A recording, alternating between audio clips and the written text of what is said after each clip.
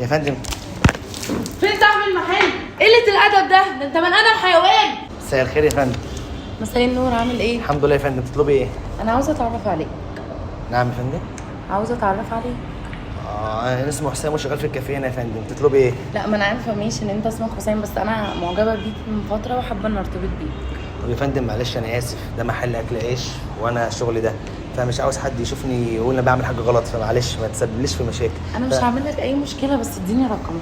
يا فندم مش هينفع يا فندم، بالله عليك. انا شوف انت تطلبي ولا لك حد عندك، بالله عليك ما تقطعيش عيش. هو إيه اللي مش هينفع؟ بقول لك أنا عايزة رقمك.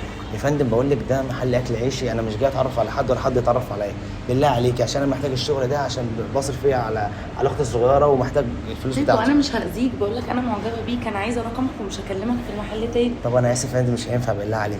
مش هينفع؟ يا فندم. أنت عارف أنا مين؟ يا فندم والله لسه ما اتشرفتش بحضرتك، بس بعد اذنك انت فوق